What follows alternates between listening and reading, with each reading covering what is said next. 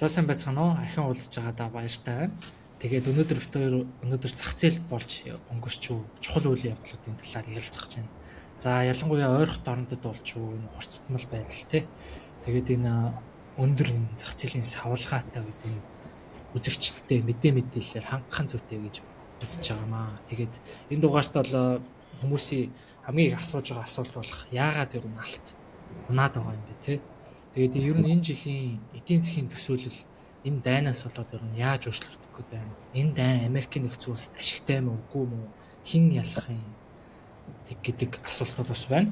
За тэгээд бид нэр ийм тохиолдолд ер нь цаашдаа ямар арга хэмжээ үзүүлэх юм? Яаж капиталаа хамгаалах юм? Гэх мэт асуудлуудаар ярилцах болно.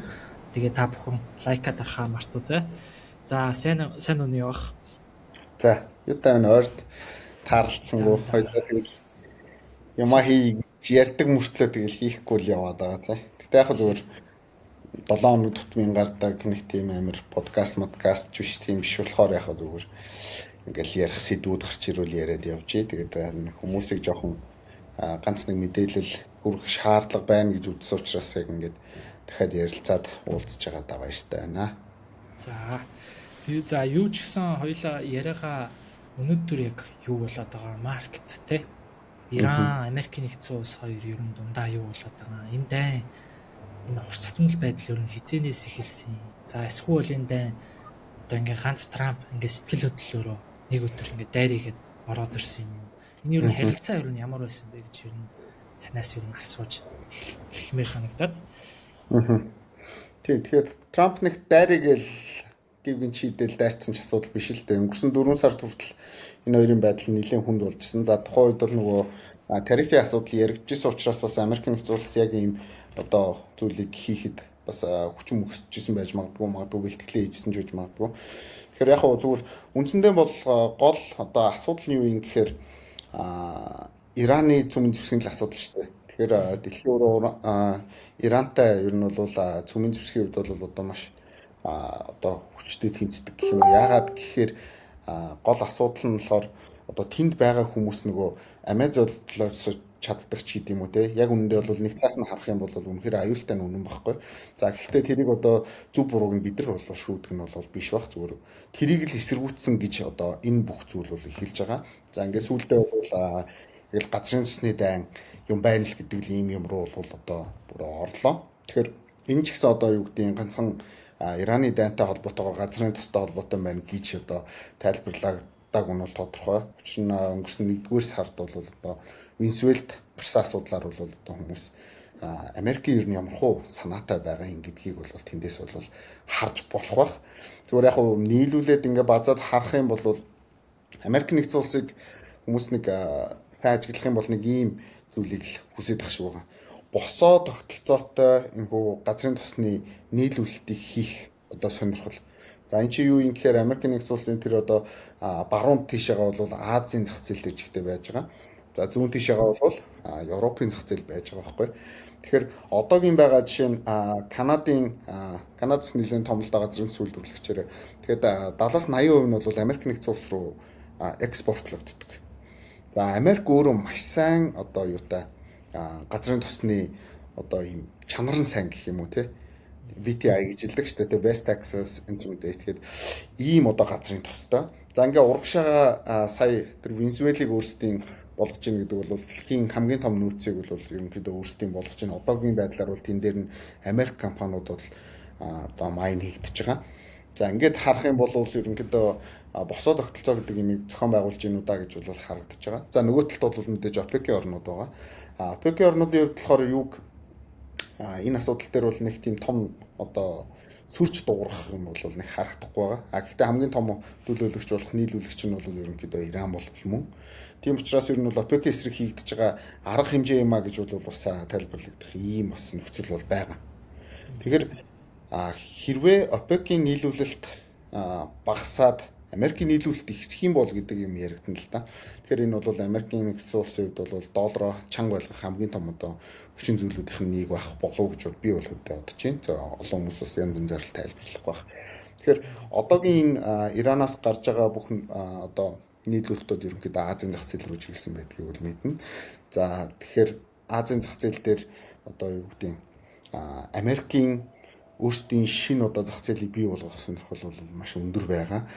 За саяхан одоо бас нэг жишээг харах юм бол энэтхэг улс бол одоо Оросоос авдаг түүхий нефтийнхаа нөөцийг бол Америкаас авч явах жишээтэй тий. Авахаар одоо тохиролцож явах жишээтэй. Тэгжиж нөгөө тариф нь бага үлдэж явах жишээтэй.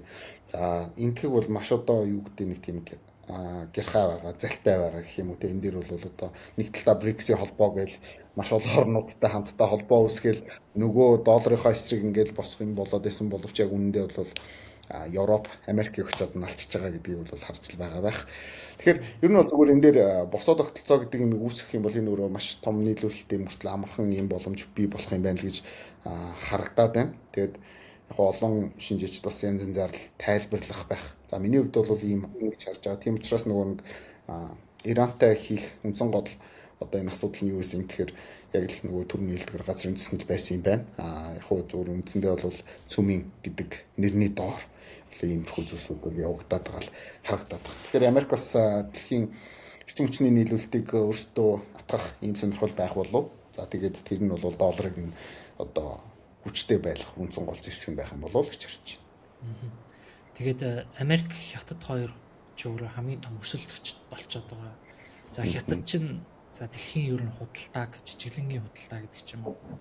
Одоо гол одоо түүхий эдэдийг бацчаад байгаа. Нөгөө талд нь Америк болохоор за ер нь ингээ угаасаа базуулаад угаасаа үйлдвэрлэл хийгээд ч Америк угаасаа одоо түүхий эд юм дээр ч гэсэн амжихгүй шүү дээ тий. Одоо ер нь за тэгвэл ер нь тий энержи талаасаа тий. Тэр талаасаа ер нь зөрүүлээд хятад руу ер нь бол баг одоо дан эхлүүлж байгаа. За Ираны тэр хамгийн том экспорт чинь баг хятад руу явдаг болж таарч байгаа шүү дээ тий. Дэлхийн нийт 20% одоо газрын тос хормозын хоолойгоор гарч байгаа, дамжиж гарч байгаа. Тэр нь одоо бол доор хаалттай байна. За тэгээ өчигдөр Трамп бол хагасаа өдөр Трамп 48 цагийн хугацаатай одоо Иранд за хормозын хоолойгоо нэдэхгүй бол одоо эрчим хүчний одоо том станцуудыг чинь ер нь бол бөмбөгдөн шүү гэж зарлаад нэгд өдөр тэр дедлайн нь дуусахаар байсан. Тэгсэн чинь нэгд өдөр за ер нь ийм хилцээр хийгээд эхэлсэн. Энэ ер нь юу тавьж байна. За 5 хоногоор хойшлуулъя гэдэг. Сонгосноо тий. Өчигдөр нэг захтай л ингэдэг. Окей. Юу сайн хараад өчигдөр ч нэлийн bearish sentimentтэй байж байгаа. Дээшээ чинь S&P 500 за Nasdaq гэдэг индексүүд дээшээ 4-5% өсч ерөнхийдөө бол гарч ирсэн байдалтай байж байна. Маш том одоо эцэг ер нь бол авч байж байна. Эсвэргээрээ бас тэ одоо энэ дайн ер нь одоо de-escalate хийх буюу те илүү зөөлрүүлэх одоо бодлого руу одоо Трампын засгийн газар оролж гин үү гэж ер нь бол харж байна. За тэгээд энэ дайн ер нь хэр удаан үргэлжлэнэ гэж ер нь таны хувьд ер нь юу гэж үзэж байна? Ер нь хизээ энэ ойл буцаж үнэн буух бол гэдэг тал дээр. Тэгэхгүй одоо тэгээд нийлүүлэлт хийдэг болчих юм бол ер нь нэг тийм доошоо байлгах сонирхол угаасаа л ер нь байхгүй байх болов уу гэж бодож байна. Одоо сайн нэг зүйл айгу тодорхой харагдсан л та. Энэхүү яг дайны нөхцөл байдал эхлээд за Америкт бол ерөнхийдөө газрын бензиний үн бол ерөнхийдөө нэмэгдээд нэг 2.9 одоо нэг 4 орчим доллар руу дөгчөөд байгаа бах. Тэгээд энэ юмыг харахаар өөртөндөө бас нөгөө инфляцийг л бас дагуулад байгаа л асуудал бий болж байгаа л да. Гэхдээ нэг надад зүгээр яг зүгээр хөлийнхний яриа угаасаа л өөрсдийн яриа юм чинь хамаагүй ярихад бол хамаагүй бах. Энэ IEA гэдэг нэг байгууллага байна тий. International Energy Agency гэдэг шиг баха. Association юм уу мэдэхгүй байна. Тэгэхээр тэр байгууллага чинь өөрөө юу юм гэхээр 30-аад орныг багтаасан дэлхийн газрын төсний нөөцийг одоо зохицуулдаг, нөөцөлдөг ийм улс орнууд байна л да. Тэгэхээр энэ улс орнууд нэг 400 сая баррелийг зах зээл рүү нийлүүлэлт хийнэ гэдэг мэдээлэл явсан. Тэгэд тэрнгээр бол ерөнхийдөө газрын төсний үнийг бол бас буулгах зорилготой энэ төр гэж тайлбарлаж байгаа. Гэхдээ зүгээр энийг харах юм бол надад зүгээр ингэж харагдсан. 400 сая баррелаас 170 орчим сая нь бол Америкийн нэгдсэн улс, за 80 орчим нь бол Япон улс, тэгээд ингээ бусад улсаас бол дэлхийн зах зээл рүү нийлүүлэлт хийх юм байна. Гэхдээ нийлүүлэгдэж байгаа үн бол мэдээж дайны өмнөх үн бол биш байна. За нөгөө л бидний харж байгаа одоо 100 орчим $1. Тэгэхээр ер нь яг зүгээр шорт хийгээд байгаа юм биш үү те. Одоо нэг талдаа шорт ч юм бол яг ийм үйл ажиллагаа болж байгаа гэсэн үг байхгүй цаана нь өөрсөндөө төрүүлж хадгалчаад үнэтэй болж байгаа үед бол тэрийг гаргаж ирж нийлүүлэлт хийгээд илүү их бизнес хийх сонирхол шүү дээ те. За тэгээ магадгүй зүгээр нэг хэдэн сарын дараа дайны нөхцөл байдал намжаад ингээд нийлүүлэлт нь нэмэгдээд эхлэх юм бол магадгүй дахиад л нөөцөө бүрдүүлчих байхгүй. Тэр үед бол угаасаа 100 гарч зарч чадахгүй учраас одоо энэ байгаа нөөцөө үнэтэй зарах ийм одоо боломж бий болоод байна л гэж хараад байна. Тэгээд шорт тэгээд бүр хээж шорт дундаа бүр хээж. За тэр хээжийн талаарх асуудал бол ер нь бол маш сонирхолтой гоё сэдв байдаг. Тэгээд ийм л зүйл хийж ийн л гэж харж байна. Тэгээд магадгүй зүгээр бүр урт хугацаанд нь энийг одоо юугаар нь өндөр байлгаад ах юм бол мэдээж инфляцийн асуудал хөндөгдөнө. Тэгээ инфляцийн асуудал хэрвээ хөндөгдөөд эхлэх юм бол зөвхөн ганцхан одоо бусад улс орнуудын биш Америкийн өөрсдийнх нь асуудал болох учраас энийг бол одоо юу гэдэг 6 сараас цаашаа бол нэг амар урт хугацаанд барих сонирхол байхгүй байх болов гэж зүгээр бодож байгаа. Тэгээд мэдэхгүй л байна. Одоо тэр хүмүүсийн юу бодож байгааг миний зүгээс харахад зүгээр тоон датануудыг харахаар нэг ийм л нөхцөл харагдаад байна. Тийм, ер нь бол инфляцид нөлөөлөх ер нь бол хүчин том зүйл нь ойл аваад байгаа шүү дээ. Яалтчгүй ингээд дан хийснээс хойш бараг 50-60% өсчихсэн ийм байдалтай байж байгаа. За тэгээд нөгөө нэг бид нэр мэдэн шүү дээ. Инфляц CPI-ыг ойлтой харьцуулсан чартыг ингээд явахаар ер нь бол ягж л дагаж хөдөлдөг болцоод байгаа. Тэгэхээр яалтчгүй энэ шок нь бол орж ирэх болов уу гэж харж байгаа. Тэгээд хүмүүс бас айгүй гайхаад байсан. Тэгээд евро яагаад унаад доллар яагаад өсөд байгаа. Тэг чинь тий. Яг дан эхэлж байгаа. Петро доллар л байгаа тийм болохоор петро евро гэдэг гэрээ хэлцэл байхгүй. Петро доллар явж байгаа. Тийм учраас энэ өөрөө тодорхой зүйл л дээ. Тийм. Тэгээ Европын холбоочин болохоор ойлыг одоо net import буюу тий илүү одоо гаднаас импорт татаж авдаг орн болчиход байгаа. Тэгэхээр чинь энэ ойл дээр хамгийн түрүүнд шок авах улс чинь Европын холбоо болж таарад. Тэгээ евро бол сүүлийн одоо хэд хоногийн хугацаанд бол 7-8% уналттай. Уналттай байна тий. Зараг юм. Тэгээ долларын хувьд бол ер нь бол он гараад чинь нэлээд унаад байсан. Тэр нэлтаа ер нь буцаж өргөж авч ийн гэж хараад байна. За тэгээд одоо хоёулаа алтны тухай ярих уу? Ер нь алт яагаад унаад байна? За урт хугацааны тренд юу ах юм? Тэгээ маш сонирхолтой бас нэг тийм сэдв бэлдсэн байгаа. За тэгээд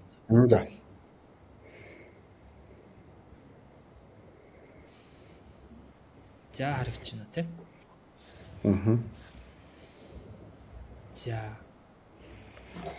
За чиний презентацийн чи араас ерөнхийдөө дундуур нь ч юм уу би өөрийнхөө санаанууд хэлээд явчих дөө. Тэгээ. За энэ бол 2025 оны одоо байдлаар сүүлийн 10 сарын байдлаар одоо алтан дээр орж байгаа одоо хөшүүрэгтэй арилжааны энэ хэмжээ волюм нь харагдаж байгаа. За энэ нь болохоор call option буюу дээшээ өснө гэж таамаглаж байгаа одоо арилжаачид гэх юм уу одоо институционал хүмүүс авч байгаа энэ волюм нь одоо дэлхийн ер нь бол за хамгийн ер нь дээд зэгтээ очсон байгааг бид нар харж байгаа. 2008 онд хүртэл тийм байгаа. За 2020 он одоо 22 онд те. Орос Украины дайны үеэс бүр хэд давуулсан хэмжээнд их очсон байгааг бас харуулж байна. Тэгэхээр энийг бол маш сайн анхаарч харах хэрэгтэй. Тэгээд ингээ харуул. За ингээд харуул энэ том өсөлт одоо алтны өсөлтийн ард нь мэдээж маш том үүрэг гүйцэтгэж байгаа нь бол одоо улсуудын төв банкнууд байгаа. За төв банкнууд маш хэмжээний алтыг бол худалдаж авч байгаа. За өмнөх сүүлийн 60 жилд ер нь нэг 100 тонныг тухайн жилдээ нэг жил бол тий сүүлийн 4 жилд түүнээсээ бараг 40 дахин илүү буюу жилдээ 4,000 тонн алтыг худалдаж авдаг. Ийм худалдаж авсан юм зүйл гарч иж байгаа. Тэгэхээр энэ яагаад худалдаж аваад байгаа юу болчих вэ гэдгийг одоо үргэлжлүүлэн ярилцъя л да. За ийм хоёр шалтгаантай байж болно гэж юу тайлбарлаж байна. За нэгдүгüүрх нь болохоор төв банкуд дэлхийн санхүүгийн системд хэдэн 10 жил одоо үргэлжилж болцсошгүй бүтцийн өөрчлөлтөд бэлтгэж чинь гэж харж байна. За нөгөөх нь болохоор асар том хөөс байх боломжтой жижиг хөрөнгө оруулагчдын эсрэг одоо төв банкуд те өөрсдийн эзэмшлээ зөрүүлээ зарчиж магадгүй юм шүү гэж ер нь бол хөрөнгө оруулагчид бас шинжээчд ер нь ингэж хоёр таамаглал ер нь дэвшүүлж байгаа. За үргэлжлүүлээ харахад бол за ингээд хоёр юу байсан гэж ярьлаа шүү дээ тий. Одоо ритейл буюу одоо жижиг хөрөнгө оруулагчдыг авахуулж агаад одоо төв банкнууд нь өөрсдөө ашиг хийх сонирхолтой байна. За эсвэл төв банкнууд өөрсдөө маш том хэмжээний мөнгөний одоо системийн өөрчлөлтөд бэлтгэж чинь гэж юу харж байгаа. За энэ хөдөлгөөнийг ойлгохын тулд бид ер нь бодит өгөөж буюу real yields анхаарлаа хандуулах хэрэгтэй байдаг. За энэ нь болохоор ерөөсөө л Америкийн төрийн бондны өгөөжөөс ер нь бол дундаж одоо 10 жилийн дундаж инфляц гэдэг ч юм уу тий. Тэрийг хасаад гарчгүй бодит одоо ашиг байгаа байхгүй. Тэгэхээр за төрийн бондны өгөөж за 10 жилийн хугацаатай төрийн бондны өгөөж за 4% байна гэж үзвэл за 4% би мөнгөө хийхэд 10 жилийн дундаж инфляц нь хэд байгаа. За 2% байлаа гэж бодоход тэгээ 4-өөс 2-ыг хасаад 2%. За 2% чинь яг бодит яг ашиг бидний яг одоо халаас руу орж байгаа жинхэнэ ашигыг хэлээд байгаа байхгүй. Тэгээд түүхийн сүүлийн хэдэн зуун жилийн турш алтны үн бодит өгөөжийн холбоо хамаарал маш ер нь бол тогтмол байсан. За бодит өгөөж буюу real yields өсөхөд алтны үн буурдаг, бодит өгөөж буурахад алтны үн өсдөг. Ийм нөхцөл байдалтай байсан бол өнөөдөр 2020 онд энэ фундаментал энэ том одоо холбоо хармаар маш өөр болоод эхэлсэн гэсэн үг. За энэ дээр бол алтыг бид нэр 10 жилийн нөгөө дундаж одоо инфляцаас хассан одоо тий одоо инфляцийг дагдаг тийм бонд гэж бас байдаг юм байлаа. Тэгээд тэрнтэй харьцуулсан тийм yield гаргаж байгаа өгөөжийн.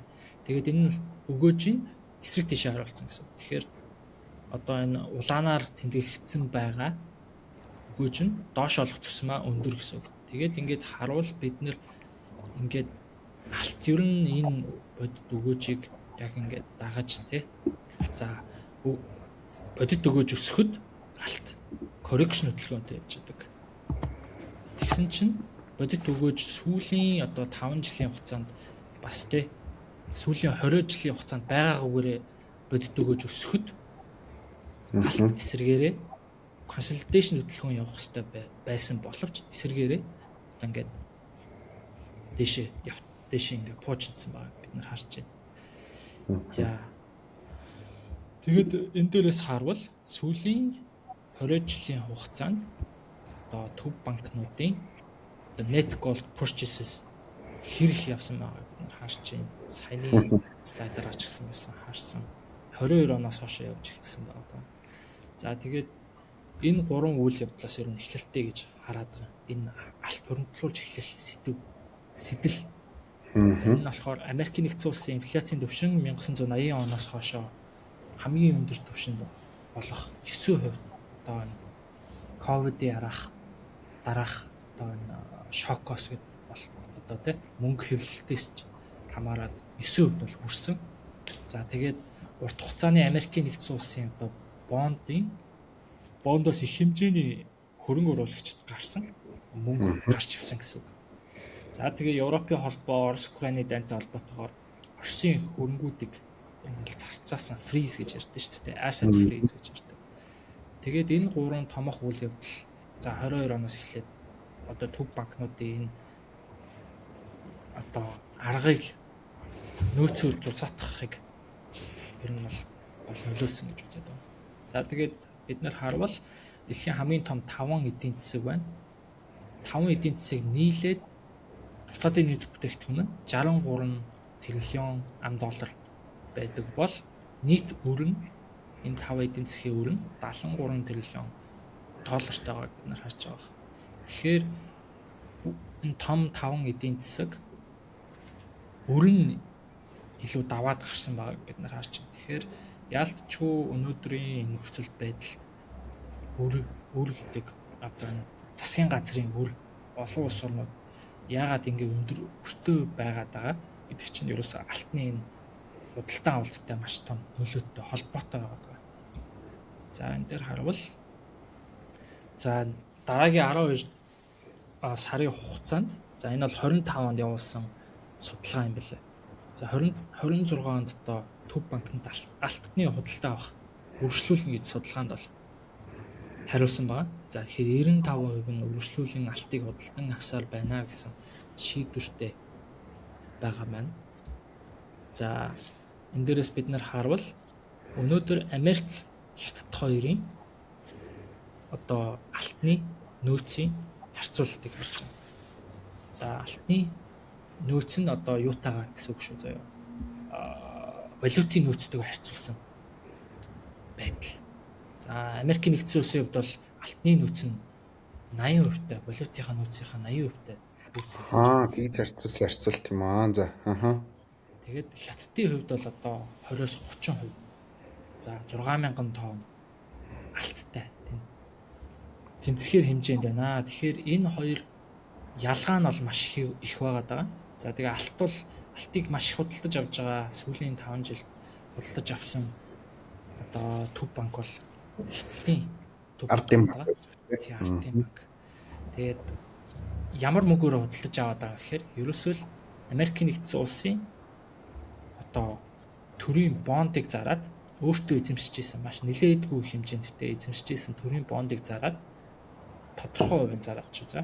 Тэгээд алтыг өөрөө худалдаж аваад ер нь алтад илүү ихтэй болж байна. Америкийн нэгдсэн улсын төрийн бондоос илүү алтад илүү ихтэй болж байна гэдэг санаа байна.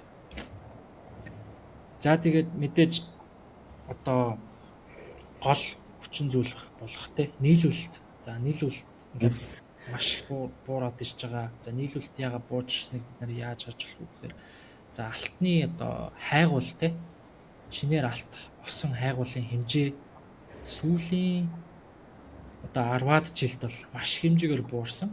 За сүүлдээ одоо 22 оноос хойшоо баг нэгч алтны одоо хайгуул шинэ одоо майн гэж ярьдэн шүү дээ. Уурхай одоо олоогүй одоо тийм ийм нөхцөл байдал харагч байна. Тэгэхээр ерөөсөө энэ том улс орнууд одоо supply нь маш бага болчиход байгаа. Тэгээд demand нь маш өндөр байгаа учраас алт ерөөсөө сүүлийн 4 жилийн хугацаанд ингэж өндөр өсөлт үзүүлсэн бас нэг том шалтгааны нэг нь бас ийм болчиход байгаа. За тэгэхээр эндээс харвал урт хугацааны тренд алт дэш өсөх нөхцөл бол хэвээрээ байна. Төв банкнууд үргэлжлүүлэн худалдаж авсаар байна.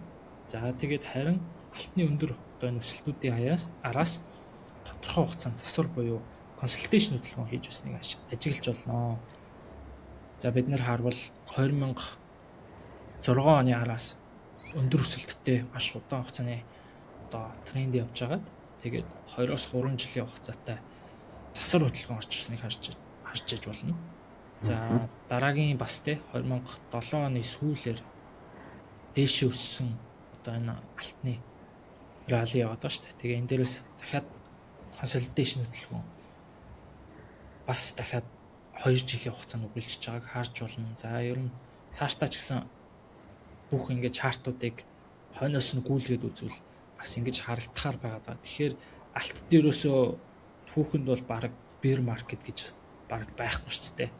Ерөөсөөс consolidation буюу засвар хөдөлгөөн хийдэг. Тийм бас хүчтэй ундаггүй. Тийм. Хоёр өөр зүйл л дээ. Тэгээ bear market гэдэг бол consolidation-ээс өөр тийм. За тэгээд энэ дээрээс одоо харж байгаа бол за өнөөдөр сүүлд чинь алт чинь 5600 дээр all time хийгээд унсан. За унахтаа маш хүчтэй 10 өдрийн дотор чинь 10-аас дээш хуваарсан тийм нөхцөл байдал ажиллагдаж байгаа. Тэгээд дахиж дайны нөхцөл байдал сургаар ер нь өсөж явж исэн. Тэгээд дахиад одоо хэдхэн хоногийн өмнө бас дахиад өдөрт 10-аад хувиар бас унж орж ирлээ. Тэгэхээр ялцчгүй ингээд ажиглаад байхаар за хүмүүс ч болохоор дайн болох тусмал юу явна гэдэг байгаа шүү дээ. Алт өсөд байна гэдэг шалтгаанаар алтыг ингээд баядаад одоо баядаад байгаа байхгүй. Тэр нь гол асуудал гэж байна. За ерөөсөө л энэ том консолидейшн хөдөлгөөн орцсон юм шүү гэдгийг ерөөсөө ялгал сайн харахгүй байгаа даа. За бас нөхцөл байдлууд бас бусад нөхцөл байдлууд бас нөлөөлж дээ унахад нөлөөлж байгаа. За ийм байгаа даа. За тэгээд энийг нь би ер нь яг гол базаад ярбал ерөөсөө яагаад ингэж өсөд байгааг энэ дараагийн 2 слайдаас ер нь бол баг таны тархинд ер нь бол баг суун. За ерөөсөө биднэрт бол monetary policy буюу одоо мөнгөний бодлого байгаа шүү дээ. Урт хугацааны мөнгөний бодлого. Одоо энэ хамгийн том тоглогч болох төв банк ер нь яаж ийм арга хэмжээ одоо structure тэ ажиллаж исэн бэ гэдгийг харж болно. За хамгийн анх бол тэ hard linked asset буюу ерөөсөө л долларыг алттай уух тогтолцоо. За Америкийн нэгдсэн улсад аль 1800-аас эхлээд баг тий. 1820 онд голд стандарт ерөнхийдөө Англиас эхэлсэн байгаа. Английн төв банкнаас. Тэгээд яг Америкууд мэдээж араас нь яг тэрийг бол хэрэгжүүлээл явсан. Тэгэл дэлхийд даяараа л хэрэгэлсэн. Тий, алттай уух тогтолцоо явж эхэлсэн. За тэгээд томоохон улс орнууд тий долларыг анкор болгоод тэгээд доллартай ууж эхэлсэн тийм тогтолцоо байгаа шүү дээ. Тэгээд энэ тогтолцоо яаж бас унаад өнөөдөр яга ажиллахаа болсон юм бэ гэхээр одоо ямар нэгэн дэлхийн 1-р дайн гэдэг ч юм уу энэ дээр бас маш том хамааралтай дэлхийн 2-р дайн маш том ингээд улс хөрнүүдийн хэмжээ нь маш том одоо сөргөлдөөн болох үед маш хэмжээний мөнгө хэвлэх шаардлагатай болно тийм үү. Одоо маш хэмжээний зардал гардаг учраас үйлдвэрлэл явагддаг учраас тэгтэл за доллар за ингээд тараа ихээр хамаг одоо алтны нөөцөө шавхчих гад байдаг. Тэгж ус болохгүй байгаад байдаг. Тэгээд энэ тогтолцоо унах бараг шалтгаан болж байна. За тэгээд алтыг бол тэгээд 1900 одоо 71 онд л одоо бүтэн халсан байгаа даа шүү дээ. Бреттон Вудсийн одоо юугаар модерн одоо өнөөдрийн fiat мөнгөний зах зээл рүү шилжиж орсон байгаа даа. Ерөөсөө мөнгийг бол тухайн улс өөрөө одоо хэвлээд алттай ямар нэгэн үйлцээ холбохгүйгээр хэвлж чаддаг болж байгаа. За тэгээ бодлогын хүү өсөх, бууруулах тогтолцоогоор ер нь явж эхэлсэн байгаа. Тэгэхээр энэ дээр бол жинхэнэ нөгөө нэг төв банкны одоо гол үүрэг нь орж ирээд бодлогын хүү өсгөөд бууруулад тэгээд ингэж эхэлснээр илүү одоо зах зээл дээр те том хэмжээний мөнгөний шаардлага гарч байхад тэнд бодлогын хүүг нь бууруулад тэгээ илүү зөөлрүүлээд эдийн засгийг тийм арга байгаа. За инфляц нь өндөр болоод тэрвэл бодлогын хүүг өсгөөд ийм тогтолцоо явж байгаа. Энэ fiat систем тэгээд нуруу унах тогтолцоо нь болохоор ерөөсөө 2008 онд одоо 2008 онд одоо үйл хөдлөлийн салбарын хямрал байгаа даа шүү дээ. Одоо failed гин гэсэн үг тийм. Ер нь бол хийсэн юмнууд нь ажиллахаа болоод тэмцээ санхүүгийн систем дээр алдаа үүсч эхэлж байгаа байхгүй юу? Fiat-ыг нэвтрүүлсэний тийм. Тэгээ Fiat-н дээр бас итгэх хяналтгүй өндөр асуудлууд бол яг яригдана. Тэгээд тухайн үед бол яасан бэ гэхээр маш олон банкуд дампуураад тийм. За энэ том системийн алдаа байсан байна гэж үзээд тэгээд ингээд дэлхийн ер нь бол нэлээд том хямралд орсон. За хямралд ороход бодлогын хүүг тэг дээр аваачаад байхад хүртэл одоо зах зээл эдийн засгийг сэргийж чадахгүй хэмжээнд очсон байсан. Тэгэхээр энэ дээрээс дараагийн одоо бодлогын мөнгөний бодлогын юг шинээр орж ирсэн. Тогтолцоо орж ирсэн. За энэ нь болохоор quantitative easing буюу за жишээ нь Төв банк нь өөрөө одоо засгийн газраас санхүүжүүлээд хувийн салбарууд руу одоо энэ нь бол мөнгийг хэвлэх ийм арга байна. За энэ ерөөсөө яадгүй гэхээр ерөөсөө л шинээр за мөнгө хэвлээд за зах зээл дээр одоо ингээд тэг хөв дээр аваачсан байла. Бодлогын хөв тэг хөв дээр аваачсан байла. Тэгтэл эдийн засгийн өсөхгүй байгаад байвал ерөөсөө л Төв банк нь одоо зах зээл дээр бондоо одоо зарах гэдэг хүмүүсээс одоо тухайн бондыг худалдаж аваад тэгэхээр чи оронд нь мөнгө өгнө гэсэн үг шүү дээ. Тэр мөнгийг шинээр дахиж үл гаргаж ирээд систем руу гаргаж ирээд тэгээд хувийн салбарууд руу ер нь бол мөнгийг цутгах нэг юм арга байгаа. Эсвэргээрээ quantitative эсийн дээр нэг жоо нэмчихв. Тий. Эсийн хөтөлбөрийг яг 2001 онд ерөнхийдөө Япон хэрэгжүүлж эхэлж үзсэн. За тэрнээс өмнө бол Япончууд яг нэг бичсэн одоо прототип хэлбэртэй буюу хэрэглэхэд бэлэн байсан. Тэгээд нэг онд хэрэгжилж үзээд ерөнхийдөө улс орнууд ажиллаж байгаа дэрийг хэрхэн ажилтдаг вэ гэдгийг. Тэгээд 8 оны хямралаар бол эсийн хөтөлбөрийг бол хэрэглэснээр бол 8 оны хямрал ерөнхийдөө одоо намжсан буюу bail out хийгдсэн гэсэн үг. Тэгээд эсийн гэдэг хөтөлбөр ингээд ер нь яг цаана ер нь яг юу явж байгаа юм гэхээр Төв банк хүүгээ бүгднийг буулгаад өөр дээр ассетгүй болоод тэрийг нь арилжааны банкуд руу өгөөд арилжааны банкуд нь иргэд рүү тарааж өгч байгаа ийм асуудал явж байгаа. За тэгэнгүүт тэгээд одоо бид нар чинь нэг тодорхой хэмжээний одоо нэг юм хүрээндэл мөнгө өгч байгаа байхгүй да. Тэгэнгүүт тэр нь дуусчихж байгаа.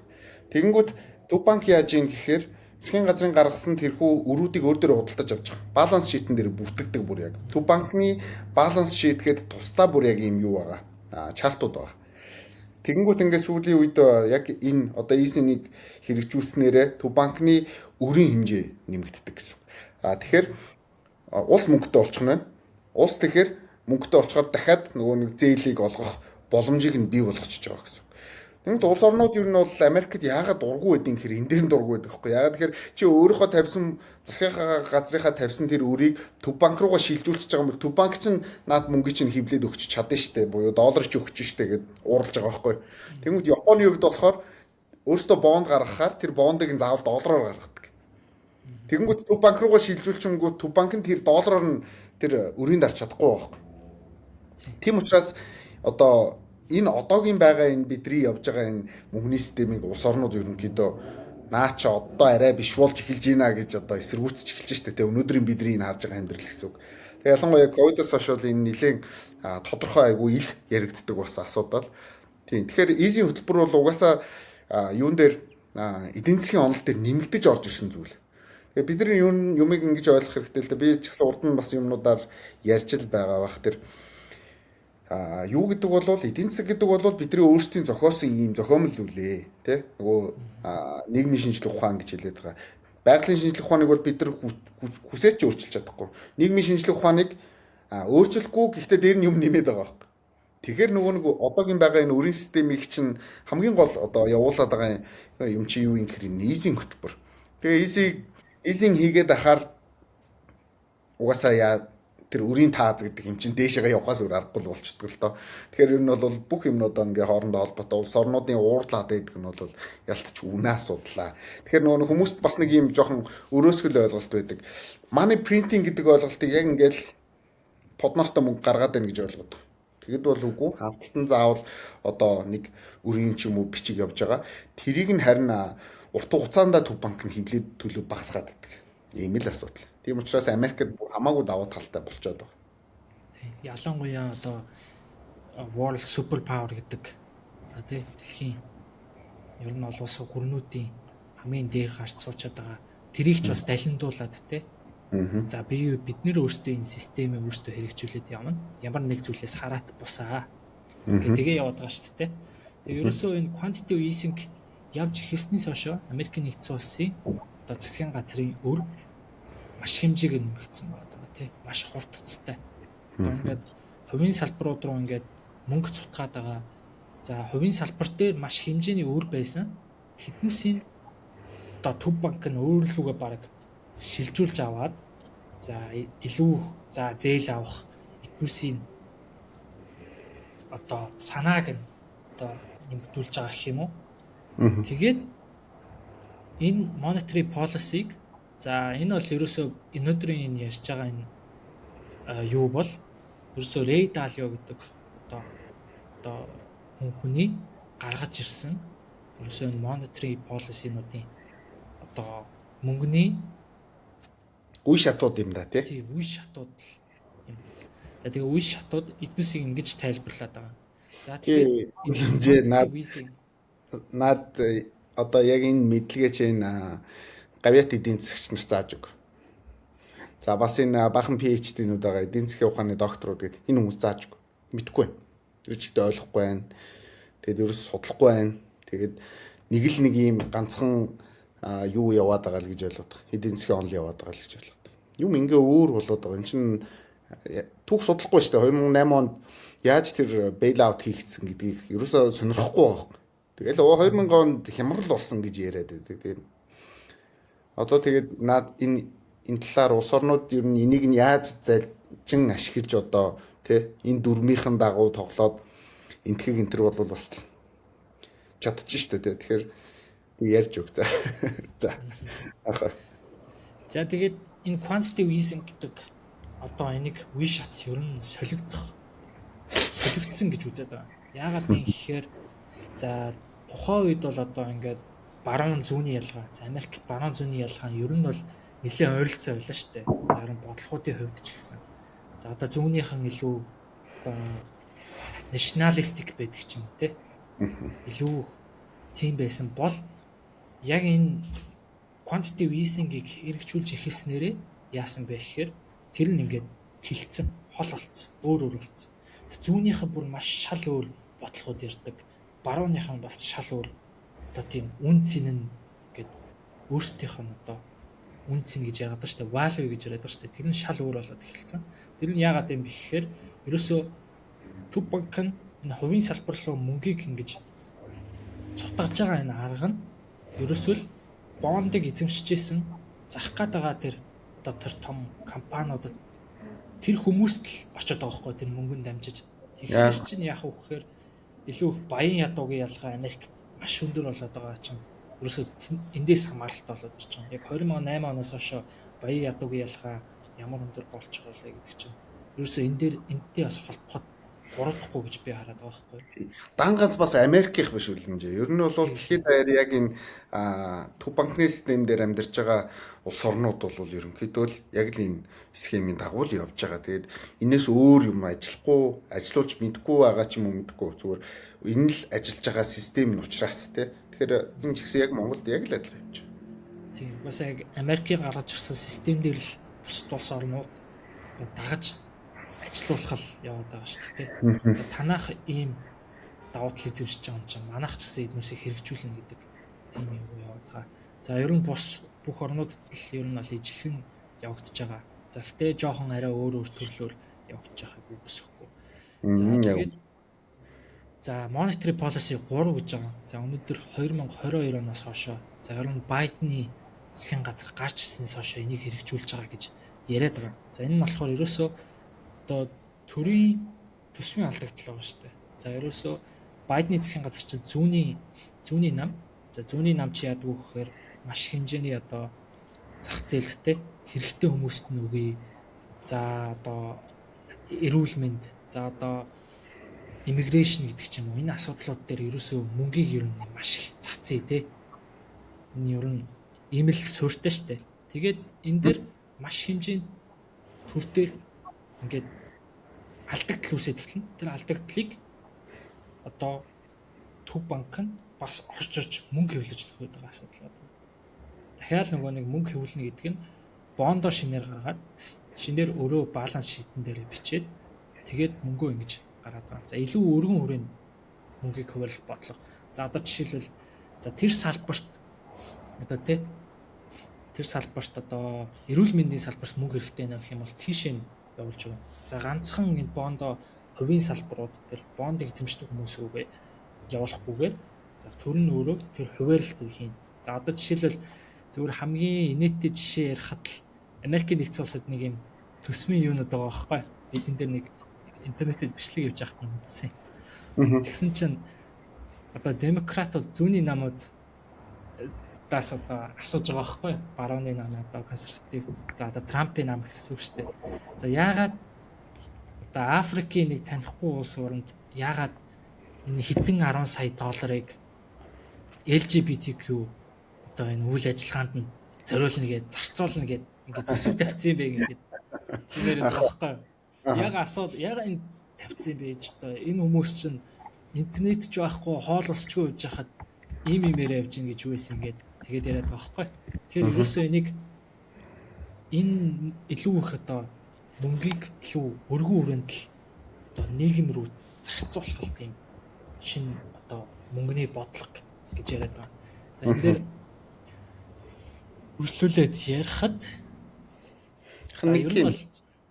За тийм. Одоо чинь чи сая ингээд Байден яг зүүнийг гээд ярьж штэ тий. Энэ өөрөө айгүй том сэдвэлтэй тэгээд нөгөө маш их маргаан болдог. Тэгээд уг нь бол энэ чинь арчилсан нам штэ тий. Democratic Party яваад штэ тий ардталт нь. Тэгээд арчилсан нам мөртлөөсөө нөгөө зүүнний бодлого хэрэгжүүлж байгаа асуудал. Тэгэхээр яг нөгөө зүүнний нам гэж чиний яг нэрлэж байгаа чинь гоё зүг байхгүй. Уг нь бол арчилсан намын үзэл баримтлал ямар байх юм бэ гэх юм бол арай баруун үзэлтэй тэгээд тэр цаана нь бол угаасаа үндсэн одоо баримтчгүүд нь байж байгаа. Карл Марксийн бол Адам Смитийн тий Фридманы ч гэдэг юм уу. Тэгэхээр яг наад нэг ийм тойрогч бид нар дээр бас ястай айгүй их байна Монголд. Тэгээд угаасаа дэлхийд даяараа угаасаа бас яг ингээд сайн мэдгүй байгаа асуудал гарч байгаа ч гэх юм уу. Эсвэл нийслэлийн тэгж хүчингүүтээ өөр бодлого баримталж байгаа гэдэг асуудлууд л явж байгаа. Европ өөрсдөө нэг хохирогч нь тий одоогноос л эхлээд ингээд жоохон өөр болж байна. Тэгээд яг нэг Трамп гэдэг хүн юу нэг жоохон юу хийх гээд л ах шиг байна л да одоо энэ гэдгийг л нэг жоохон тийм байр байрлуун чиглүүлээд байгаа юм шиг харагдаад байдаг. Би тэгтээ нэг амар Трамп дэмжигчтэй бол биш зүгээр юм гаднаас нь л харж байгаа. Надад одоо тэнцээ аль нам нь гарсан яасан Трамп нь гоё мой гэдэг ямар ч үзэл байхгүй л тий. Тэгэхээр зүгээр яг бид нар бас яг нэг баруун зүүнний үзэл гэдэг юм дээр айгу алдаатай боддгийм байлээ. Тэр чигтээ. Тэгэхээр бид нар дээр бас байгаа асуудал шүү л гэж хэлээ. Тий. За баярлалаа. За дараагийн юу ярих слайд руу шилжихэд за ерөөсөө ингэж яваад байгаа. 1800 оноос ахуулаад дэлхийн одоо 1-р дайн хүртэл одоо энэ Harlem гэдэг асад буюу алттай уух тогтолцоо ажиллаж ирээд тэгээд энэ нь ерөөсөө сүүлдээ ажилуулж чадхаагаад угаасаа эдийн засгийн угаасаа өөрчлөгдөөд нийгэм ч гэсэн өөрчлөгдөөд эхэлж хахад тэгээд энэ нь угаасаа солигдох цаг ирж байгаа. За тэгээд 1971 оноос яг албан ёсоор Fiat мөнгөний тогтолцоо эхлээд за тухайн улс өөрийн одоо гаргасан валюта гаргаж ирээд өөрөө бодлогын хүүгээ өсгөж бууруулах юм чадвартай болж эхэлж байгаа. За тэгээд 2008 онд фейлцэн гэж ирсэн шүү дээ. Тэгээд маш их бейл аутууд, маш их том банкуудыг авран за маш том одоо компаниудыг дампуурлын ирмэг дээр байсан компаниудыг аврахын тулд мөнгө хэвлэхээс өөр аргагүй болж байгаа. Тэгээд бодлогын хүүг бууруулад ч нэмэргүй мөнгө хэвлэхээр өөр аргагүй болж байгаа. Тэгээд quantitative easing гэдэг тогтолцоо гарч ирээд за тэгээд энэ нь ерөөсөө 2008 оноос хойш 10 оны сүүл одоо 19-20 онд л баг дууссан гэж үзээд байгаа. Тэгээд одоо энэ helicopter money буюу илүү мөнгийг өргөн хүрээнд одоо тараах одоо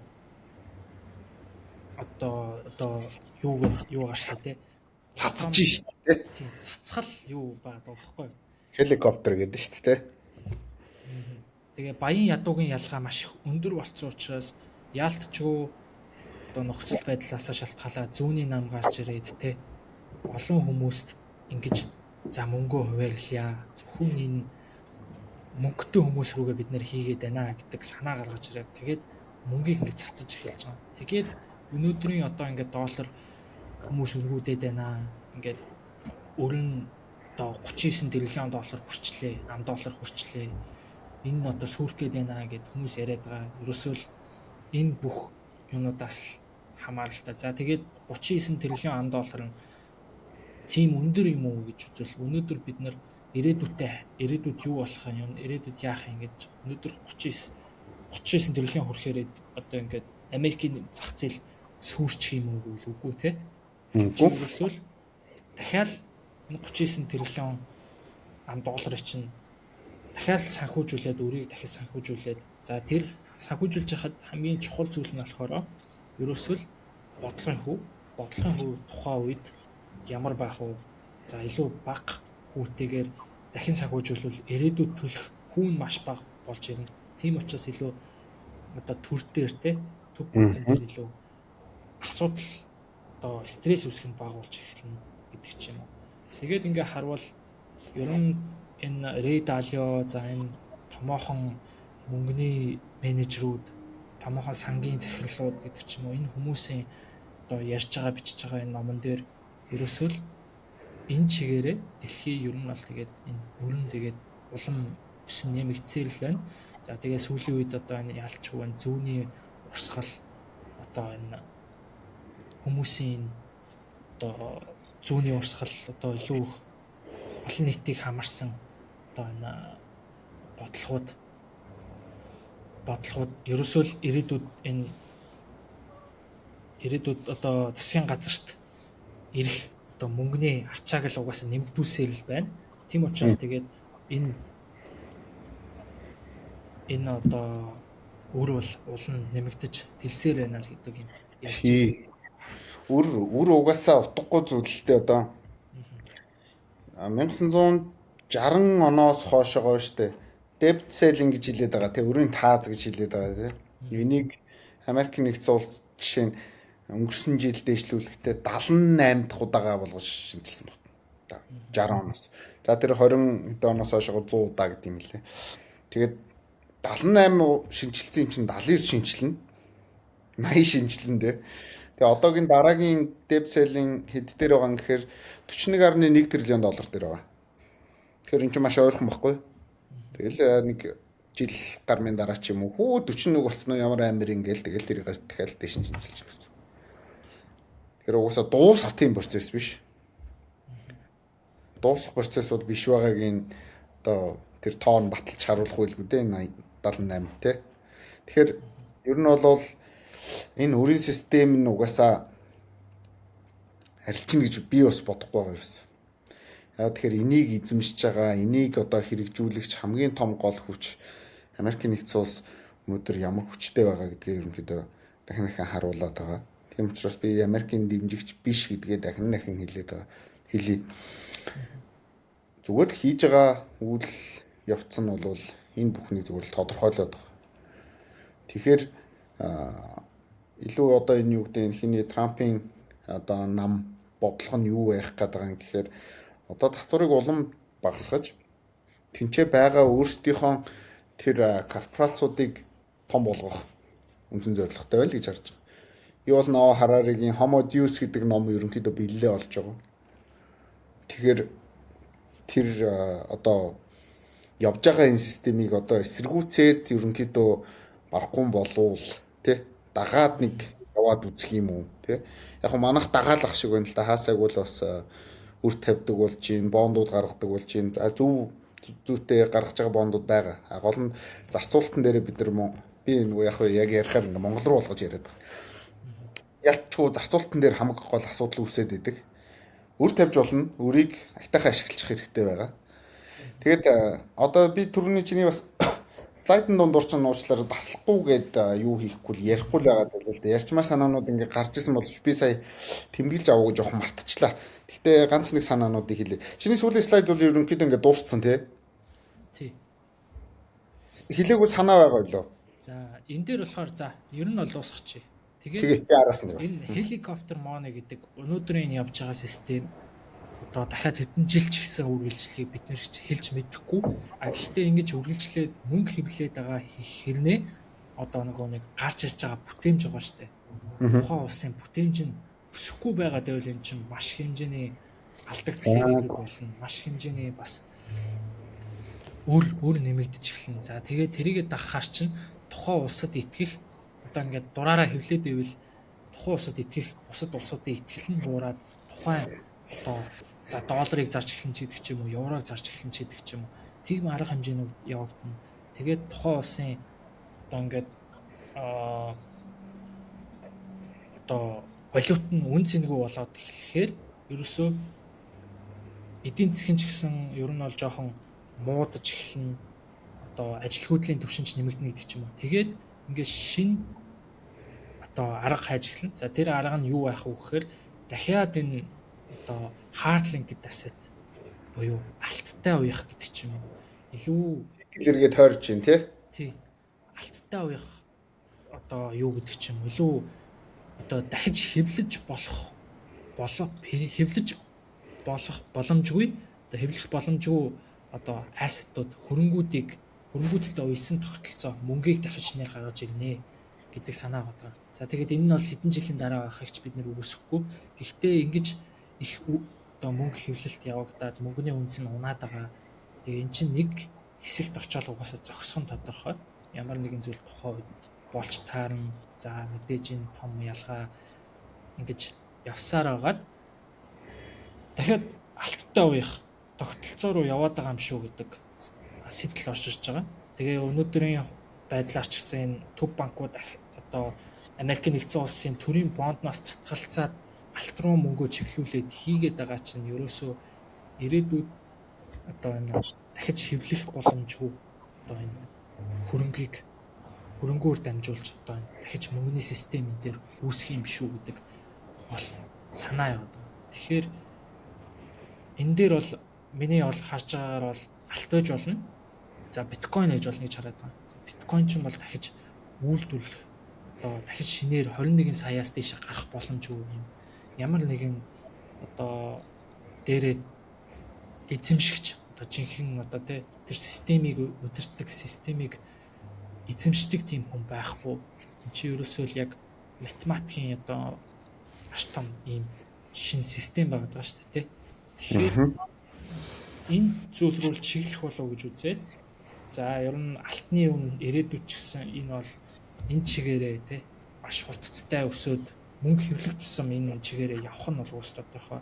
За биткойн ч бас би бол одоо дөнгөж 2.5 тэрбум одоо маркет капиталгаа энэ бүтээгдэхүүн энэ бол хажууд нь одоо хувьцаануудын эсрэг за алтны хажууд харьцуулахад бол маш өчүүхэн жижигхэн зүйл тийм учраас энийг бол 11-оор 21 гэж хэлсэн ч юм бол би бол буруудахгүй гэж бол харж байгаа. За өнөөдрийн байдлаар бол доллар болно гэж хэлж байгаа юм чи. Биткойн. Би ер нь бол сая доллар болно гэдэгт бол нэлээд итгэлтэй байгаа. Тэгээд яалчгүй за өнөөдөр 2.5 тэрбум $10 зах зээл за их найд зах зээл 25 болоход чинь зах зээл тийм бас томдоо тооцохгүй шүү дээ 25 болоход. Тэгэхээр чи өнөөдрийн байдлаар за 100 мянгатай байлаа гэж үзэхэд тэгээ 11 урахад чи сая доллар болоод ирж байгаа. Тэгэхээр би энэ дээр бол тийм зохгүй л тэгээ хүрчих байх гэж харж байна. Нэрээдүн 30-40 жилд. За ер нь тийм. Тэгээд алтан дээр бас тийм байна. За алт бас ирээдүйд ингээд төв банкуд худалдаж аваад байгаа шинэ мөнгөний систем рүү чиглэж байгаа гэдэг бол энийг бол санаа байгаа. Энэ ерөөсөө л яг миний санаа ч байх аа ерөөсөө Ray Dalio том энэ мундаг хүмүүсийн ярьж байгаа юмнууд бичиж байгаа номон дээр тайлбарлсан энэ юмнууд байгаа. За би энэ дээр жишээлбэл ийм ном байгаа. How countries go broke гэдэг. Ер нь том цикл, өрийн цикл эдэргээд. Тэгээд энэ номыг бүгдээ уншаад үзвэл өөр хамаг учир зангилаа нь ер нь тайлэгдана. Яагаад ийм зүйлүүд өнөөдөр болоод байгаа энэ өөр мөнгөний зах зээл ер нь энэ одоо политикл те улс төр дээр нь яаж нөлөөлдөг хүмүүсийн зан чанар бүр энэ тэр чигээрээ эн чинь маш том хүчин нөлөөлөх зүйл нь болоод ирж байгаа. Тэгээд энийг ер нь л тайлбарласан юм ном байгаа. Тэгээд бас зах зээл дээр ч гэсэн бас зөндөө олон ийм бичсэн зүйлүүд хүмүүсийн яасан зүйлүүд байгаа. Тэгээд тэднүүсийг уншаад олвол бүр энэ видеон дээр миний тайлбарлаж байгаа бол хажууд нь юу ч биш. Тэгээд би бол бүр маш өнгөцгөн тайлбарлаж ярьж байгаа. Тэгээд дараагийн бас сэдвүүдээ жоохон өнгөж хараад тэгээд илүү дэлгэрэнгүй тайлбарлах гэж үзнэ.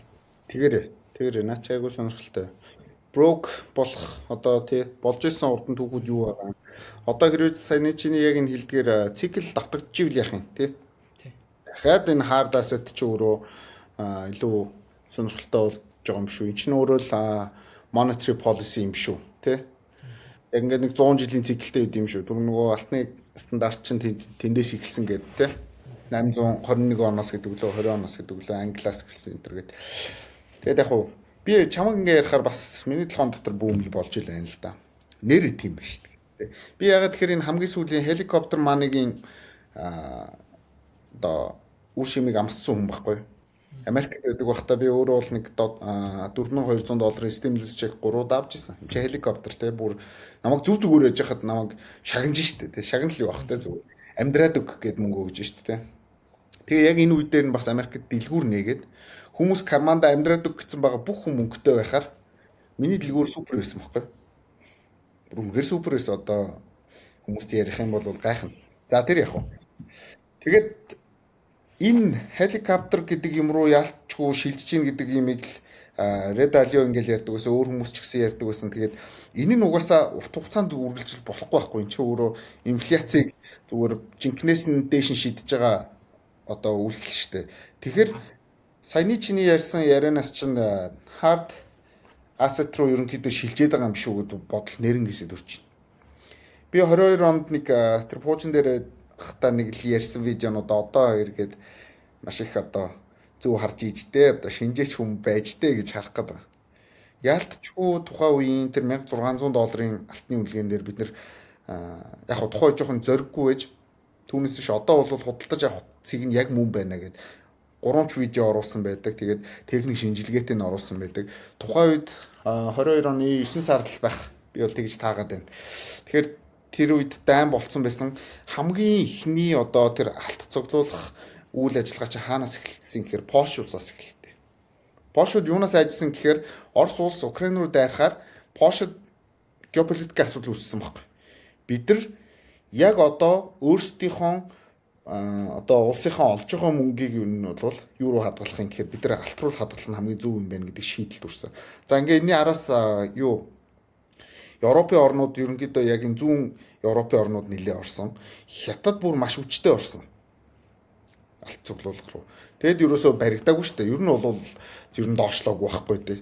Одоо бид нар бол яг ингээ хараа сууж идэг хүмүүст бол одоо худалдаад авах цэг олдоогүй гэх юм уу баг. Тэгээ 1620 бол маш том weekly болон monthly demand харагдаж ирсэн тухайд. Тэгээ би нийтэр видеонууд дээр тайлбарууд байгаа. Хэрвээ би яах юм бол ирэх одоо видеонуудаар ч гэсэн бас гаргаж ирээ харуулъя. Яагаад demand гэж харж ирсэн те. Тэгээд эн чинь банкны давхцалтай таарж ийн. Ядж байгаад би бас жоохон азтай байсан байна. Зөв үед нь ярьж таарсан байна те. Тэгээд ийм байдлаар алтыг худалдаж авдээ шүү гэд 3 удаа аргыг зааж өгч ирсэн тухайд. Яа би яг өөр нэг хавцсан батсан юм байхгүй л те. За тэгээд яг энэ цикл чинь нэрнгээсээ байна гэж сая бодогдож байна. Тэгээд одоо жишээ нь дэлхийн хамгийн том нөөц хаана явж байгаа юм гэхээр Америкт байгаа. 8100 хэдчүүлээ нэг тонн. Энэ сүүлийн үед маш ихээр нэмэгдэж байгаа. За хятад дөө штэ. Сая чи нэг тоо харууладсан штэ. Тэ нөгөө яг юуныхаа валютынхаа нөөцтэй харьцуулахад алтных нь юу гэдэг те нөөц нь гэдэг. Хятадд маш том потенциал байгаа байхгүй бэлэн мөнгө. Тэр мөнгнөөс одоо 20-30%-аар нь авахад ерөнхийдөө юу болох гээд штэ 6000 тонн хэрэгтэй болно гэж хэлээд штэ те Хятадд. Хятадын нөөц одоо 2300 байхгүй. Алтных нөөц. Тэгэхээр энэ нэрнгээсээ бас боломжтой санагдаж байна надад.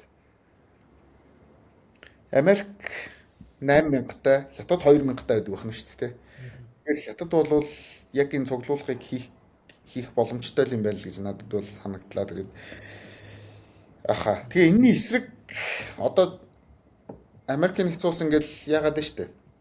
Эхнээс нь энэ monetary policy-нуудыг ингээд үзээд нь штэ тий. За яг бүгд яг Америкийнх гэж хэлэх нь өрөөсгөлтөө зөвхөн төв банкуд тий. Тэгээд энэ дээр бас нэг сая чи нөгөө нэг унах болсон шалтгааныг нэг 3 шалтгаан гаргаж ирж ярьж штэ тий. Америкийн инфляц 9% болсон. За бондуудын худалдаа авалт багассан. За тэгэхээр Орос Украины дайн болсон тий. Тэр юуны Оросын баячуудын хөрөнгө ерөнхийдөө зарцсан гэдэг тий. Тэгэд энэ дээр Америк сая нэг гаргалгаа гаргасан. За. Бондууд нь зарагдахгүй болж эхэлж шүү дээ. Энийг мэдчихлээ байгаа байхгүй. Урд нь дэлхийн хамгийн одоо тогтвортой баталгаатай asset байсан бол энийг үгүйсгэж гэж чинь. Сая одоо Гренландыг авна гэснээрээ жишээ нь Дани улсын одоо хөрөнгө оруулалтын сангууд тэгвэл танаа Америкийн бондыг авахаа боллоо бид нар гэж хэлж байгаа байхгүй. Чи өөрөө ямар тохио юм гэхээр Америкийн нэгдсэн улс нөгөө бондоо гаргаж чадахгүй, бонд нь гараад зах зээл дээр зарагдахгүй байх юм бол юу нөгөө төв банк руугаа шилжүүлж рефайнанс хийх тийм боломжгүй болчихж байгаа байхгүй. Тэгэхээр Америк ямар арга гаргасан гэхээр криптоор холбосон. Тэр асуудлыг нэр анзаарсан уу, мэдсэн үү? 7 дугаар сарын 10-нд Ер нь хайлтсан ихтэйс ер нь сайн мэдэхгүй. тэр маш чухал ойлголт. Тэгээд энэ нэвтрүүлгээр ярьчих юм уу сайн мэдэхгүй байна. Тэгээ. Ярьчих уу? Нэг үс тэгээд яриад хэлсэн юм чинь. За. Энэ ийм юм болоод байна. Америк тэр өөрсдөө бонд хинт зарддаг байсан гэхээр institutional одоо сангууд тий үнзаасны компаниуд, банкуд, бусад улс орны засгийн газрууд худлаа авахчид нар нь. Тэгээд тэд нар татгалзаад эхлэхээр ритейлерүүд рүү өгдөг болж байгаа. Энд чинь зүг багхгүй одоо бараа бүтээгдэхүүн зарагдахаа болоод эхлэхээр арга хайж штт тий. Тэгэхээр ямар нөхцөл үүссэн гэхээр нэг ийм юм болчлоо. Одоо бас криптоор бол би холбож ярина л да. Америкийн нэгдсэн улс CBDC гаргахаа болсон буюу төв банкны дижитал долларыг гаргахаа болсон. Америкийн нэгдсэн улс гаргахгүй гэдгээ зарласан. Тэгэнгүүтээ Дональд Трамп юу гэж хэлсэн гэхээр бид нар тэгвэл стейбл койныг гаргах эрхийг нь хувийн секторт өгнө. За эхнээсээ PayPal ч гэдэг юм уу, за Tether ч гэдэг юм уу өөрсдийн яг энэ юунуудаа гаргаад байгаа. Яг энэ одоо худалдаанд хэрэглэх стейбл койнуудаа. Жишээ нь Tether бол одоо байгаагаа биш шинээр зориулж бүтээгдэхүүн гаргаж байгаа байхгүй USAT гэдэг тий харсан баг. За PayPal бол жишээ нь PYUSD гэдэг ийм стейбл койн гаргаж байгаа жишээ. Эднэр чинь юу хийх юм гэхээр PayPal-ыг ашиглаж байгаа хүмүүс мөнгө авчирч өгөөд PayPal-оос юу авах гэж байгаа юм гэхээр зөрүүлээ дижитал доллар авах гэж байгаа байхгүй. Тэр дижитал доллараар цаашгаа тэр гүйлгэн тэгдэн зөв. Тэнгүүд зөрөөд PayPal дээр яасан байна. Нөгөө авчираад өгсөн $1000 нь байж байгаа шүү дээ. Тэнгүүд 7 сарын 18-нд болсон хууль чи юу юм гэхээр энэ цугларсан мөнгөөрөө Treasury худалдаж ав гэдэг. Тэр хуулийг нээж өгсөн. Буюу тодорхой хэсгээр нь Америкийн нэгдсэн улсын бонд руу хөрөнгө оруулах эрхийг өгч байгаа. Америкийн нэгдсэн улсын бонд өгөөчтэй учраас Custodian банкн дээр мөнгөө байлгаад байхгүй одоо PayPal жишээ. Тийм учраас нөгөө сангууд ч хөрөнгө оруулахгүй гэвэл та нар тэг гэж байгаа байхгүй. Та нар хөрөнгө оруулахаа бол бид нар ритейлерүүдэд зарлаа гэж байгаа. Дэлхийд даяараа бүхэн Treasury-д хөрөнгө оруулалт хийх боломжийг нээчих чинь гэсэн үг юм. Одоо тэгээд энэ хүмүүсийн толгойг угаасаа л гүйцэхгүй юм байна шүү дээ тий. Ингиж бодоод дараагийн алхмууд нь угаасаа байж идэг л байх нь л дээ сценарийгоор тий. Тэгэхээр Трамп нь гарч ирэл ийм хийчихэж байгаа гэсэн үг. Тэгэхээр Treasury худалдаа авалт буурна гэж би бол өвдө бодохгүй. Харин өмнөхөөс илүү болох болов уу гэж харагдаж байна. Тэр нь криптотой холбоотойгоор стейбл койноор тий. За тэгээд нэг ийм юм болцоо. Тэгээд яг хуу жоохон хүн сэдв ойлгоход жоохон төвөгтэй байж магадгүй. Гэхдээ энэ амьдралд бий болно. Удахгүй ойрын 5 жилд. Монгол улс за би тэрийг ярихгүй. Ярьж. Окей, жоохон өөрөө зарлаа. Тэгэхээр энэ талаар бас нэлээ мэдээллүүд шаардлагатай. Мэдж байгаа л хүмүүс нь мэдж байгаа. Цөөхөн маш цөөхөн мэдж байгаа ойлгож байгаа. Тэгээд шинэ боломжууд бий болгож байгаа тий дараагийн шинэ боломжууд бий болгож байгаа. Би бол энийг юу гэж хараад байгаа юм гэхээр 1990 онд монголчуудад цэнхэр ягаан тасалбар тараагаад бүгднгийн эхнээс нь нэг рейстүүлсэн шиг ийм юм болох гээд байгаа. Тэгээд хин ойлгож чадна, хин төрүүлж ойлгож чадна тэр л энэ дээр вин хийндэ. За баярлалаа. Тэгээд ер нь бол одоо яриагаа юу руу чиглүүлэхэд дайнтай холбоотойгоор чиглэл. Бид нэр ер нь ийм дайн болж байгаа цагт ер нь капиталаа ер нь яаж хамгаалж авах ёстой юм. За одоо ингээ алт руу авчиад дайн эхэлж нэг алт руу авчиад хийсэн чинь дахиад 10% унчлаа. Тэгэхэд одоо ийм үед юу нь яаж авах хэрэгтэй вэ? Бид нар юу хүлээж авах хэрэгтэй вэ? Саяны дээр уналтан дээр Үлэм жаахан яг яагаад унсан гэдгийг нэг тайлбарлажээ. Өнгөрсөн 3 дахь өдөр Жером Паул гарч ирээд Төв банкны ерөнхийдөө харж исэн санааг жоохон өөрчилж тайлбарлаж байгаа байхгүй. Тэр нь юу юм гэхээр цаашдаа урт хугацаанд бол интерест рейтийг бол буулгах, зах зээлийг тэлэх явдал байсан. Гэтэл ойролт орондын асуудлаас болоод дэлхийд даяараа инфляцийн асуудал хөндөгдөнө. Инфляцийн асуудал хөндөгдөхөөр биднэрт интерест рейтийг буулгах тэр маневр хийх орон зай байхгүй болж эхэлнэ. Оны төгсгөлөөр бид нар энэ онд ерөнхийдөө 1-2-ыг харж ирсэн бол оны төгсгөлөөр баг нэмчих магадгүй. Гэдгийг ерөнхийлж ярьж байгаа. Тэгсэн чи Европын холбоо, Еврозон бол бүр энэ ондоо нэмнэ гэж байна. Англи бас нэмнэ гэж байна. Швейцар нэмнэ гэж байна. Тэгэхээр энэ өөрөө юг харуулах юм гэхээр хүмүүсийн гар дээрх байх мөнгөний хэмжээг бууруулна л гэдгийг хэлж байгаа. Тийм учраас хөрөнгийн зах зээл ерөнхийдөө сонирхолгүй болж эхэлж байгаа гэсэн. За сүүлийн 2 жилийн турш би 3 жилийн турш ерөнхийдөө хөрөнгийн зах зээлийг үргэлжийн мөнх дээшээ гэж ярьж ирсэн. Ягаад тэгэхээр суур ойлголт нь угаасаа мөнгийг илүү ихээр тэлэх бодлоготой явж байгаа дэлхий. Тэгэнгүүт одоо би тэгж хэлж чадхаа болчихж байгаа. Ягаад тэгэхээр Төв банкын нэг шийднэ. Төв банк л ямар шийдвэр гаргана тэрнтэй холбоотойгоор хөрөнгийн зах зээл явах байхгүй. Тэгэхээр сая тэр 7000 болсноос хойшоо 7000 яг ингэж хүрчингүүтээ S&P 500 7000 хүрчингүүтээ доошлоход надад айгүй хар төрөөдсөн. За энэс цаашаа ер нь дээшлэхэд psychology level дээр нэгдүгээрт хоёрдугаарт яг үнэхээр interest rate буурах юм уу гэдэг дээр жоох итгэлгүй болж эхэлсэн байхгүй. Тэгээд уусаа одоо яг батлагдаад байна л да. Тэгээд 3 жил ямар ч ихсэн тасралтгүй өснө гэж ярьсан. Хүмүүс 3 жил орно гэж ярьсан. Айдас ярьж исэн. Тэгээ одоо би болохоор яг эсрэг байгаа. Харин тэгсэн чинь нөгөө хэд маань бас яг эсрэг болж илээ. Одоо дээшээ. Тэгээд би бол нэг хэсэгтээ хувьцааны зах зээл бол жоохон эвгүй болох байх гэж харж байна. Тэгэнгүүт урд нь юу явдаг гэсэн гэхээр хувьцааны зах зээл хэрвээ унах юм бол алтны зах зээл өсдөг. Тэ? Эсвэл бондын өгөөж буурдаг ч гэдэг юм уу. Энд чинь өөрөө бондыг худалдаж аваад өгөөж юм бууруулад байгаа байхгүй. Тэгэхэд яг өнөөдөр бондын өгөөж дээшээ буудаж байна. Буюу 4.4% талцсан явж байгаа шүү 10 жилийн бондын өгөөж. Юу болохоор алтны үнэлгээ болохоор Жером Паулын тэр хэлснээс богино хугацаагаар бол ингээд маш том уналтууд орж ирж байгаа. Гэхдээ саяны чиний ярьсан тэр презентацнтэй холбоотой явандаа өснө гэдгийг би ч гэсэн хүлээн зөвшөөрж байна. Энэ бол угаасаа ерөнхийдөө харагдаад байгаа зүйл учраас. За тэгэхээр мөнгө хайжих юм гэдэг асуудал гарч байна. Тэ? Мөнгө хайжих гэдэг. Би бол одоо ингэж харж байгаа. Rolex өснө. За уран зурагнуудын үн өснө. Дуудлага худалдааны сайтуудаар ороод үзээрэй ерөнхийдөө. Дуудлага худалдааны сайтуудын дундаж зардаг байсан бараа бүтээгдэхүүнүүдийн үн өсөж байгаа. За магадгүй Tiffany ч гэдэг юм уу те. Одоо өөр юу гэдэг юм тансаг хэрэглээний. Нөгөө Dior-ын цүнх мөнгө чинь дахиад эдгээр нэгдүгürt өснө. Гэхдээ эдгээр яадаг уу гэхээр тийм том маркет каптай биш байхгүй да нөгөөдөлтэй ч харьцуулахад. Тэгэхээр нэг тодорхой хэмжээнд л явна. Тэгээд нэг тэрнээс цаашаа хүмүүс мөнгөө яах юм гэдэг нэг юм асуудал гарч ирж байгааз. Тэгээд энэ дээр л юу нь бол дэлхий бол бүр тэр чигтэл яг гайх чинь. Урд нь бол нөгөө алт руугаа авчиад хийчдэг ч гэдэм үү. Эсвэл бондоо худалдаж аваад ингээд зугатаачдаг байсан бол одоо тийм боломж үүсэхгүй байх магадaltaй болчиход байгаа юм. Алт нэгтрхийн өндөр үнэлгээтэй болсон. Америк руу хөрөнгө оруулах ихээр даа гэдэг. Энд чинь өөр эрсдэлчтэй. Тэгэхээр одоо яах вэ гэдэг асуултанд би ч гэсэн ерөнхийдөө бол гайхаж байна. Гэхдээ чиний саяны дурддаг крипто зах зээл байх магадлал байгаа. Бүр байхдаа маш олон бүтээгдэхүүнээр байх боломжтой. Одоо бид нар чинь дангац биткойны асуудал яриад шүү дээ. Олон бүтээгдэхүүнээр байх боломжтой. Тэгэд одоо энэ биелчээд миний ярьж байгаа гой түүх болоо үлдчих юм бол гоё л байна л да. Одоо нэг ирээдүг гардаг хүн шиг сууж хана шүү дээ дараа. Одоо алт яриад байгаа шиг.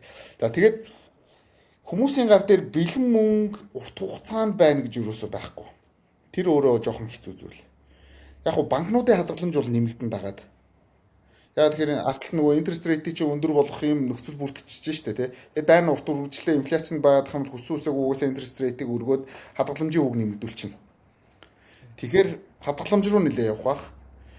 Тэгээд энэ тансаг хэрэглээний бараа бүтээгдэхүүн зардаг компаниудын хувьцаа сонирхолтой болно.